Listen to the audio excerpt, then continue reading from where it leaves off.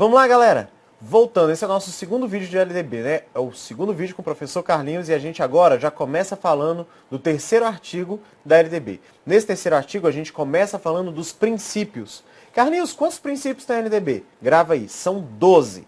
Aqui eu já vou te fazer a principal pegadinha que as provas de concurso trazem. Qual é a principal pegadinha, Carlinhos? É fazer uma analogia com os princípios que estão descritos na Constituição e que não são os mesmos e nem no mesmo número. Deveriam ser? Sim, deveriam, mas não são. Então, a gente já vai conversar sobre eles e eu te falo essa comparação com a Constituição. Tá bom? Então, não se perde, é um artigo importante também. Não é tão difícil porque é aquilo que a gente já vivencia quem trabalha nas escolas e é aquilo que a gente visualiza, aquilo que a gente teve na formação inicial quando estava lá formando nas nossas licenciaturas ou no curso de pedagogia, tá bom? Então, vamos lá, slide. Primeiro dos princípios, gente, igualdade de acesso de permanência na escola. Esse é o princípio em que as pessoas, elas têm, todas elas, não importa o grau que estão, todas elas têm a mesma condição de acessar e lá devem permanecer na escola. O segundo é que nos ambientes de aprendizagem eu vou ter a liberdade para aprender, ensinar, pesquisar, divulgar a cultura, o pensamento, a arte e o saber. Lembrando que na Constituição não existe a palavra cultura, tá bom? Não existe na CF. Então, vou colocar aqui, ó, CF 88, para você lembrar, não tem, tá bom? Não tem a divulgação da cultura. Mas isso é irrelevante, muito pequeno, tá bom? A gente ainda tem como princípio aqui, na LDB, o pluralismo de ideias e de concepções pedagógicas. As concepções e ideias pedagógicas são inúmeras. As escolas podem se adaptar e se organizar a isso para conseguir organizar o seu trabalho pedagógico? Sim. Alguns sistemas de ensino têm a sua própria concepção pedagógica, o que não, né, restringe a escola a seguir apenas ela. Os professores da escola, a sua comunidade, podem entender que uma outra teoria pode os auxiliar e, nisso, na construção da sua proposta pedagógica, se organizar. Por isso o pluralismo é aceito, tá bom? Olha que engraçado aí, ó. Também é princípio a coexistência da educação pública e da educação privada. Não é ofertada apenas pelo Estado. É um dever do Estado a oferta da educação, mas não é exclusivo do Estado. Existem também escolas privadas que o fazem. Nem precisava do próximo princípio, mas aí a gente vai precisar dizer. É a gratuidade do ensino quando for ofertado em instituições públicas. Não precisava falar disso, mas ele disse, né? Então, a gente tem escolas públicas e privadas e quando o ensino for público, ele será gratuito. Carlinhos. E como que eu tenho que pagar mensalidade em alguns colégios que são públicos? Você não precisa pagar mensalidade. Ah, Carlos, eles pediram uma taxa de matrícula. Você precisa pagar taxa de matrícula? Não, porque o ensino é gratuito. Existe uma destinação de recursos para essa escola para que ela consiga se manter. Então, relembrando aí, o que a gente já teve de princípio? A gente já teve de princípio a garantia de acesso e de permanência. A gente já teve de princípio a liberdade de aprender, ensinar, pesquisar, divulgar a cultura, a arte, o saber. A gente ainda teve o pluralismo de ideias e de concepções pedagógicas, a coexistência das escolas públicas e das escolas privadas e ainda a gratuidade do ensino público. Olha só, já foram vários. Vamos para a nossa segunda coluna que a gente vai ter mais princípios ainda. A valorização do profissional da educação, e eu estou falando valorização do profissional não apenas na questão salarial, mas também na questão de número de alunos em sala e do trabalho que é desenvolvido. A gestão democrática nas escolas públicas. Não há que se falar em gestão democrática nas escolas privadas, mas nas escolas públicas isso é um princípio que deve acontecer, está descrito lá no artigo 14, como acontece. Toda escola deve responder a um padrão de qualidade. Ah, Carlinhos, mas é só a privada, não? Não, a pública também, se há recursos destinados a ela, ela precisa ter um padrão de qualidade, tá bom? Ela não pode ser feita ao bel prazer de quem está lá. Precisa responder a isso. Então, esse padrão de qualidade é extremamente necessário. Aí, esses aqui, gente, que estão em negrito, estão vendo para mim? Esses próximos aqui que estão em negrito, eles não estão na Constituição, tá bom? CF 88, não está. Todos eles não estão na Constituição, tá bom?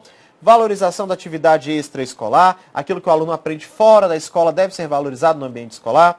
Uma relação entre escola, trabalho e práticas sociais. Eu preciso envolver dentro da escola uma relação com aquilo que o aluno vive e com o que ele vai viver. Então, precisa existir uma relação entre escola, trabalho e práticas sociais, isso também é princípio. A diversidade étnico-racial deve ser respeitada e considerada.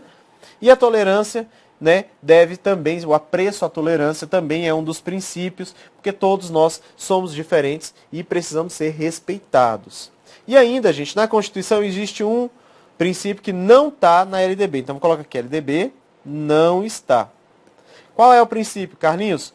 Um piso salarial nacional. Esse é um princípio que está descrito apenas na Constituição, tá bom? A gente não tem na LDB. Então, segura comigo. Eu vou limpar toda a tela e a gente faz aquela revisão, tá bom? Então, olha só.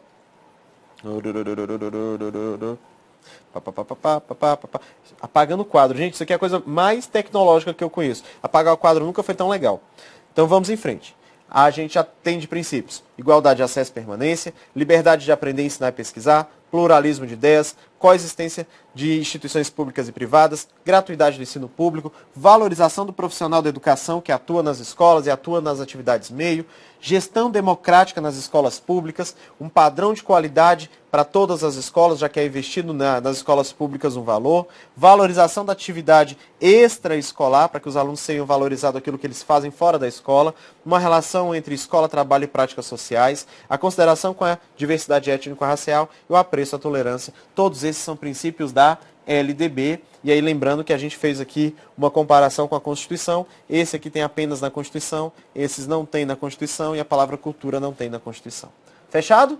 Então, senhores, olha só, nós vencemos o artigo 3º, que trata dos princípios. É um artigo importante. Faça a leitura do artigo. Senhores, eu queria dar um recado, esqueci de falar no nosso primeiro vídeo. A aula de LDB não exclui a necessidade da sua leitura do texto da lei. Por quê, Carlinhos? Bancas menores, gente, eles têm uma característica. Eles costumam fazer, sabe o quê? Copiar o texto da lei e colocar na prova. Então, por esse motivo, é importante que você faça a leitura do texto da lei. Provas de bancas renomadas, que existem examinadores que têm já uma experiência nisso, eles costumam construir os seus itens. E eles não apenas copiam e colam a própria lei, tá bom? Então esse cuidado é bem interessante que você tenha e se atente para isso. Ah, Carlinhos, eu vou fazer prova do CESP. Então, dificilmente eles vão apenas copiar o texto da lei e colocar lá. Eles vão criar um enunciado, geralmente colocam algumas situações que envolvem aquele enunciado para que você faça o julgamento. Ah, Carlinhos, eu vou fazer a prova de uma banca chamada Instituto Quadrix. A Quadrix é uma banca que copia os enunciados da LDB e coloca dentro dos seus itens artigos ou incisos que lá estão. Então esse cuidado é bem interessante e eu te peço que também faça a leitura, tá bom? Vamos em frente? O artigo 4º é o dever do Estado. É um artigo grande que teve alterações substanciais em 2013. Então, o seu cuidado com ele é muito interessante. Ele alterou principalmente a idade de acesso à educação obrigatória e algumas relações, principalmente da educação infantil e da educação básica como um todo, tá bom? Então, vamos lá. É dever do Estado. Ah, não, eu fiz um resuminho aqui dos primeiros artigos. Espera um pouquinho. Isso, concepção de educação que está na LDB. Significa que a lei estabelece, entre outros espaços e agentes educativos, como corresponsáveis pelo processo. Lembra que eu coloquei? Quem é responsável pelo processo lá no artigo 1º? Família e Estado. O que implica reconhecer a necessidade de ampliar e explorar as relações entre os microsistemas sociais. Todas as relações devem ser exploradas. Para quê? Para promover o desenvolvimento e a aprendizagem. A ação do indivíduo sobre o próprio indivíduo constrói o seu destino. Foi aquilo que eu falei, que a gente tem uma contínua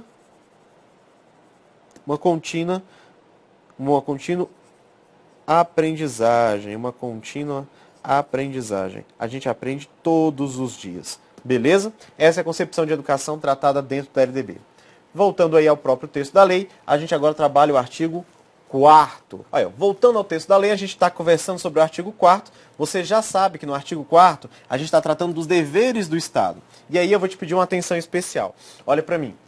Toda vez que aqui nos próximos slides você vê dentro do artigo 4º em negrito, você vai entender que é uma nova legislação. Foi a alteração que aconteceu do artigo 4º.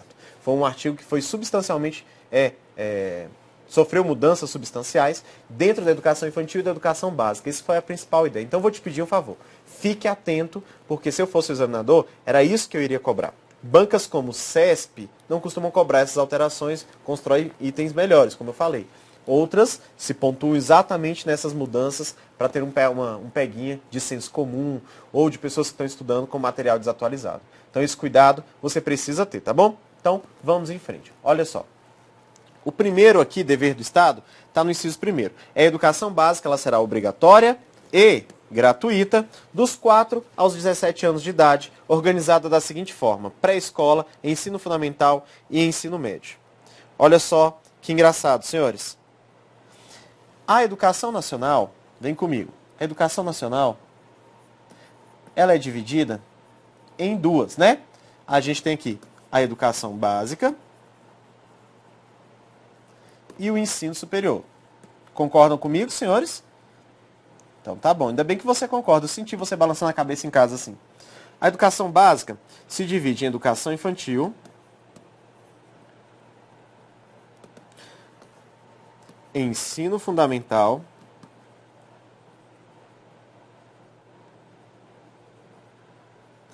e ensino médio. Agora, no inciso, ou no artigo 4º que a gente estava lendo, no inciso 1º, ele falou assim, ó: a educação será obrigatória dos 4 aos 17 anos. Aí eu vou pedir a sua atenção. Para que eu coloquei essa tela branca e para que eu estou escrevendo aqui?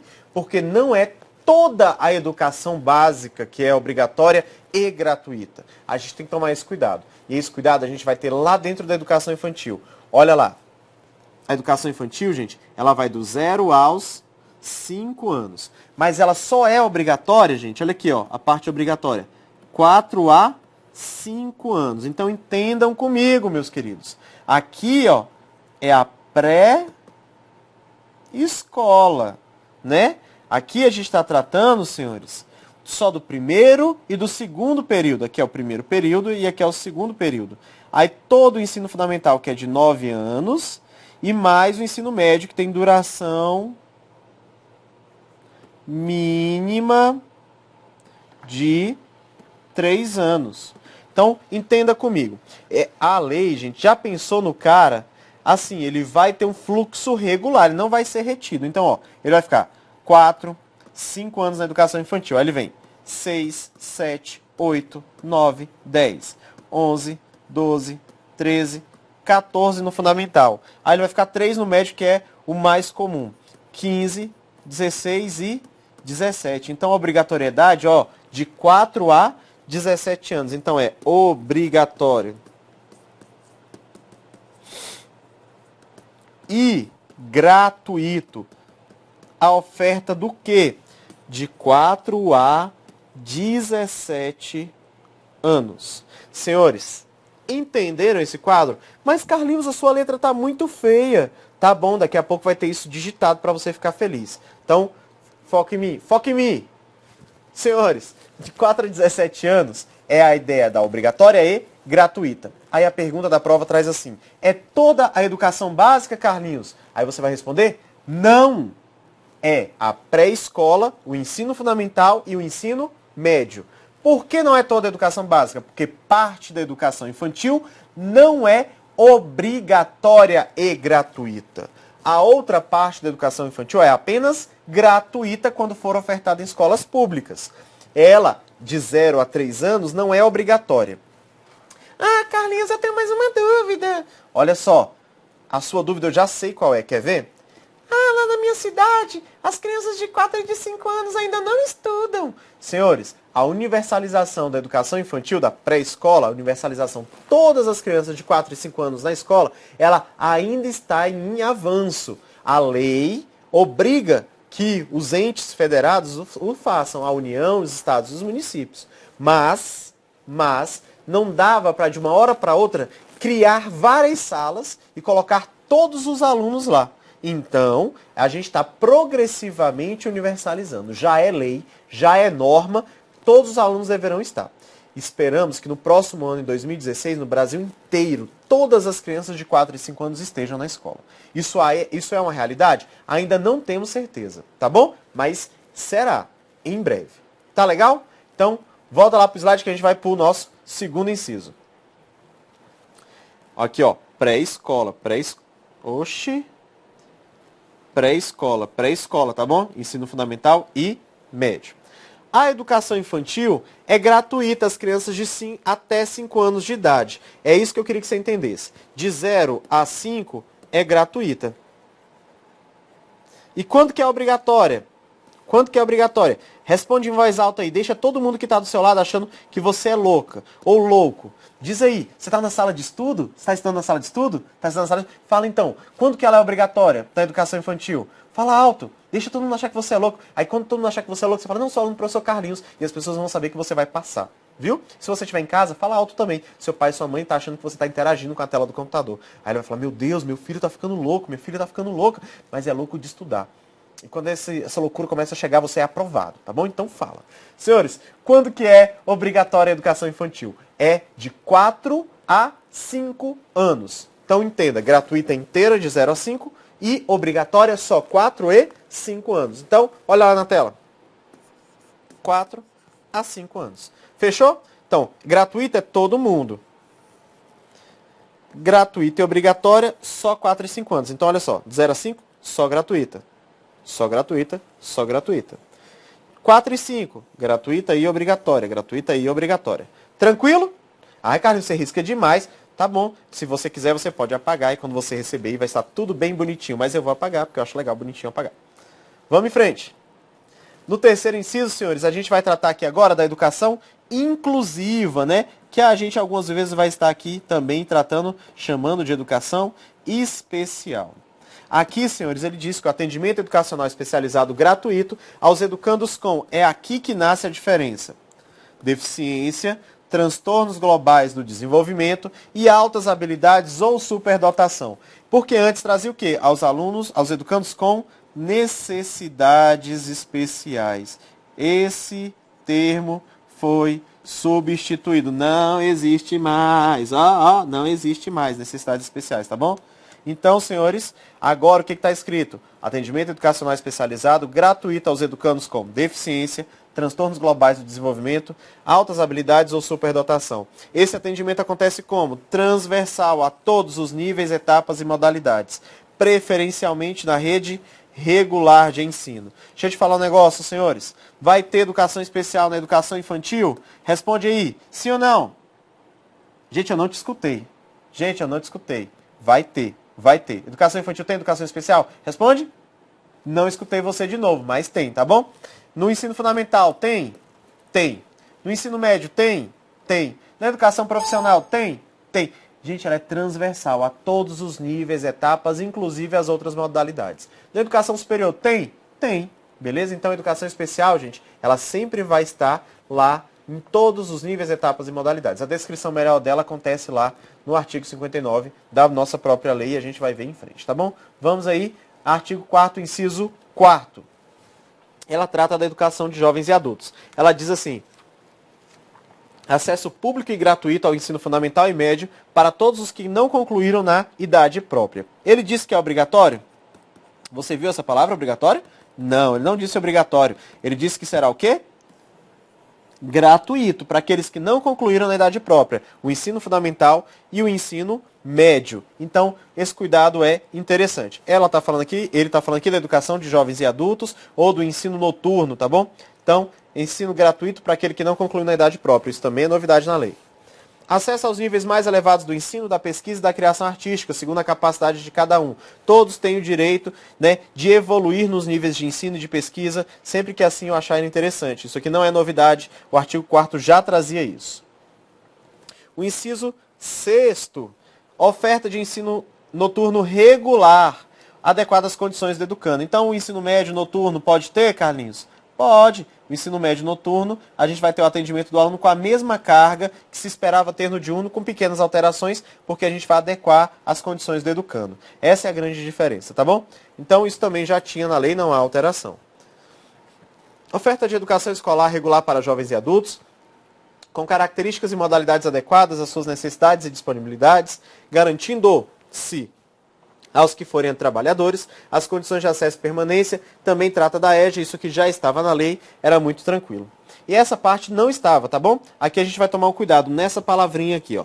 Atendimento ao educando em todas as etapas da educação básica, por meio de programas suplementares de material didático escolar, transporte, alimentação e assistência à saúde. Antigamente, senhores, era apenas os alunos do ensino fundamental. Agora é de toda a educação básica. E lembrando, a educação básica é composta de educação infantil, ensino fundamental e de ensino médio. Vocês acreditam que até hoje cai questão de prova perguntando quem é educação básica? Faz isso não, tá bom, gente? Descrição no artigo 21. A gente vai aprender bem tranquilinho isso aí. Vamos em frente. Ainda no artigo 4º, que é dever do Estado. Os padrões mínimos de qualidade do ensino, definidos como variedade, quantidades mínimas por aluno de insumos indispensáveis ao desenvolvimento do processo de ensino, também é dever do Estado. Então, ele vai garantir um padrão mínimo de qualidade a partir do dinheiro que é investido. E ele está falando aqui de uma coisa chamada, gente, qualidade social. Carlinhos, o que é qualidade social? Qualidade social, senhores, é quando eu garanto o acesso, garanto a permanência e o sucesso do aluno na escola. Diminuindo, ó setinha para baixo, diminuindo a retenção, a evasão e a distorção idade série. É isso que ele está querendo dizer aqui, que é o governo, o Estado, gente, ele precisa investir um recurso, mas ele vai cobrar em contrapartida uma qualidade social, que é garantir o acesso, a permanência, o sucesso e diminuir os índices. Sendo assim, todos os alunos vão ter a garantia de uma qualidade dentro da escola pública. É isso que a gente busca e tem trabalhado. Hoje, no meu trabalho, o grande trabalho que eu tenho hoje, onde eu exerço as minhas atividades, é isso, né? É garantir a qualidade social. A gente recebe inúmeros processos, registros, documentos, faz análise, pareceres e despachos ligados a isso, a garantir a qualidade social do aluno da escola pública no Distrito Federal. Eu falei para vocês no início qual era a minha formação. E na Secretaria de Educação, senhores, eu já fui professor em sala de aula, já fui coordenador em uma escola, já fui supervisor, vice-diretor, então já fui gestor de escola, já estive como coordenador intermediário em algumas regionais de ensino acompanhando escolas, e hoje eu sou assessor, né, e trabalho na Subsecretaria de Educação Básica, auxiliando os projetos pedagógicos, facilitando o trabalho para que a escola tenha essa qualidade social descrita aqui como dever do Estado. Tá bom? Vamos lá para o último inciso. A gente tem aqui a vaga na escola pública de educação infantil ou de ensino fundamental, mais próxima da sua residência, a toda criança a partir do dia que completar 4 anos de idade. Senhores, olha aqui.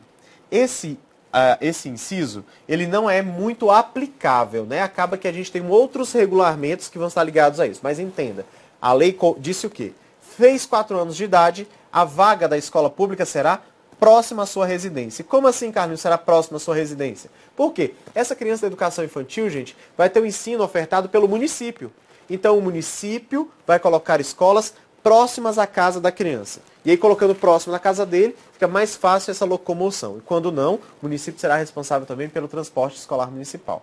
Mas, a lei diz, completou 4 anos de idade, no dia do aniversário, tem que fazer a matrícula. E a matrícula é próximo à sua residência. Esse é o cuidado que eu quero que você tenha. Senhores, lembrando, alguns desses incisos não estão descritos como dever do Estado na Constituição. Então, se a sua prova traz LDB e Constituição, fique atento ao enunciado, tá bom? O enunciado deve falar LDB para que você consiga resolver com essas informações que a gente passou aqui, tá bom? Então, vamos em frente para os próximos artigos. O artigo 5º e o 6º a gente resumiu nessa tela, olha só. A educação básica é um direito público subjetivo. Carlinhos, o que é isso, um direito público subjetivo? É um direito público a qualquer pessoa. Olha que engraçado, olha para mim. A sua vizinha não quer colocar o filho dela na escola. E você está chateado por isso, porque você acha que toda criança tem o direito de estudar. Aí você pode fazer a denúncia? Sim ou não? Pode, porque é direito público subjetivo. Você não pode deixar aquela criança sofrer por uma ausência do seu responsável. Então você pode fazer a denúncia? Pode. Deixa eu te dar outro exemplo. Aquele município não tem um número de vagas suficiente para todos os alunos e deixa alguns alunos fora da escola. Você pode fazer a denúncia disso? Pode. Porque é um direito público subjetivo. Você não necessariamente precisa estar envolvido diretamente com essa ação ou tendo o seu direito ferido. Qualquer pessoa pode fazer essa reclamação. Então, senhores, direito público subjetivo diz isso. Qualquer um pode fazer essa reclamação, né, sobre o direito que não está sendo cumprido, ou a oferta, ou alguém que não está deixando aquele aluno ir à escola. Tá bom? Toda criança tem que estar na escola, gente, na idade escolar? É obrigatória e gratuita? Sim, a legislação atual traz essa ideia, tá bom? A matrícula, gente, ela é dever dos pais e dos responsáveis. A partir de qual idade? A gente acabou de falar, fez 4 anos, tem que estar matriculado. Então a obrigatoriedade da matrícula se inicia aos 4 anos. Cuidado porque houve alteração. Antigamente essa idade era com 6 anos. Então esquece 6 anos, agora a gente tem matrícula obrigatória com 4 anos. É isso que eu quero que você esteja atento, tá bom? Mas Carlinhos, não tem vaga ainda. Essa questão não cai na prova, gente, é da prática. Então, para a prova, fez 4 anos, faz a matrícula obrigatória, ok? Vai ter vaga. Para a prova, é isso que cai, tá bom? Vamos em frente. É bom lembrar, o poder público, gente, tem a função de quê? Tem a função de recensear os alunos que estão na educação básica e aqueles que não concluíram ou estão excluídos da escola. Fazer chamada pública e é responsável pela frequência escolar dos alunos. Vem comigo. O que é recenseamento, Carlinhos? É aquilo que o IBGE faz, né? Aquilo que aqui no DF a Codeplan faz, que é recolher as informações dos alunos para saber aqueles que estão presentes ou não à educação e saber quantas vagas são necessárias. Carlinhos, o que é chamada pública? Aqui no DF e aí nos estados também deve ter, onde você está assistindo, tem um 156. Ligue no 156, faça a matrícula do seu filho para que ele esteja na escola no próximo ano. Então, isso é chamada pública, quer dizer, venham, a escola está aberta e nós temos vagas a vocês. E ainda a frequência escolar. Essa tal frequência escolar, gente, é a responsabilidade do Estado e aí a gente vai informar as famílias se o aluno está presente ou não à escola. Isso é uma responsabilidade do Estado. Finalizando, a gente tem aí que todas as ações que correm com relação à educação são de rito sumário e são gratuitas. Então elas correm, senhores, em maior celeridade no Poder Judiciário. Elas cortam fila frente a outras. Por quê? O direito da criança está ferido e ela não pode ser, né? Não posso ter um direito ferido que vai protelar e aí a gente vai ter problemas. Então a ideia é a seguinte, eu rapidamente aciono a justiça e acionada ela rapidamente responde para que aquela criança esteja na escola, tenha sua vaga garantida. O crime de responsabilidade, Carlinhos, é o quê? É quando o gestor público do Poder Executivo, ele dá causa a algum problema com a educação. Por exemplo, a ausência de vagas no município ou no estado. Eu posso imputar ao governador ou ao prefeito o crime de responsabilidade? Sim, a responsabilidade dele, a competência dele era a oferta de vagas para aquela etapa. E ele não a cumpriu. Então, se ele não cumpriu, se eu faço lá a reclamação, faço a denúncia ao Ministério Público, a ele será imputado o crime de responsabilidade. E qual é a pena do crime de responsabilidade? Vocês sabem, gente? É o impeachment, tá bom? Então, a gente tem que tomar esse cuidado. Não há oferta de vagas necessárias, eu posso entrar com denúncia sobre crime de responsabilidade, que pode inclusive levar ao gestor público aí, ao chefe do Poder Executivo, ao crime de impeachment. E por último, é a garantia de acesso a todos aqueles que procuram a escola.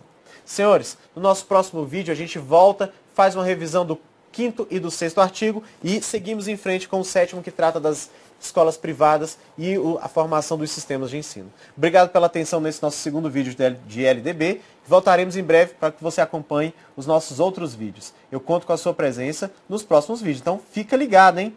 Faz exercício e lê a lei. Os exercícios serão disponibilizados também aqui na página do Grão Online, tá bom? Um abraço, tchau, tchau!